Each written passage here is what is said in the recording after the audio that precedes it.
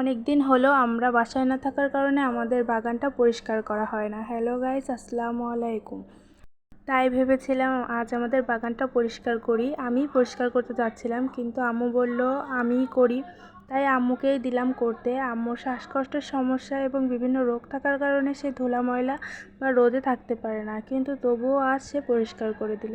দেখেন, এখানে গত বছর বড় একটা পুঁইশাক গাছ থাকার কারণে সেগুলোর বীজে পড়ে এই চারাগুলো জন্মেছে। এখন চারাগুলো একটু বড় হয়েছে, একসাথে অনেক চারা।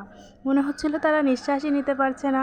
তাই এগুলোকে আলাদা করতেছি এবং অন্য এক জায়গা রোপণ করার চেষ্টা করতেছি। এর ভিতর দেখি বাগানে অনেক আবর্জনা জমেছে, অনেক শুকনা গাছ বা অনেক ঘাসপালা। এগুলো পরিষ্কার করতে করতে দেখি এক কোনায় এই ছোট ছোট এই গাছটি হয়েছে। আর অনেক দিন আগে এই বীজগুলো রোপণ করেছিলাম, কিন্তু এই বীজ থেকে কোনো গাছই হয়নি। এই বীজটি কিসের জানেন? এটি শ্যাম্পু বানানোর প্রধান উপকরণ। তখনই খেয়াল পড়ে এই লাউ গাছটির উপর। লাউ গাছটির বয়স অনেক হওয়ার কারণে এগুলো এখন আস্তে আস্তে শুকিয়ে যাচ্ছে।